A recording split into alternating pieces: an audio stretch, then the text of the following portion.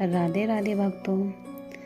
एक बार राधा जी कान्हा जी से पूछती हैं, कान्हा, लोग कहते हैं कि हमारा विवाह नहीं हुआ, क्या हम कभी एक नहीं हो पाएंगे?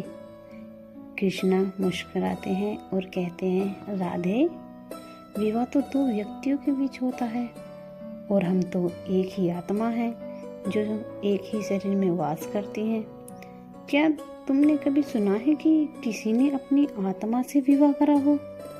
राधे बहुत सोच समझने के बाद कहती हैं और पूछती हैं कि कृष्ण, प्रेम का असली मतलब क्या है? कृष्ण बोले, राधे, जहाँ मतलब या स्वार्थ होता है वहाँ प्रेम नहीं होता। प्रेम का तो नाम ही समर्पण है। राधे मंद मंद मुस्कुराती हैं और फिर कृष्ण की तरफ देखती हैं। बोली, जय श्री कृष्णा।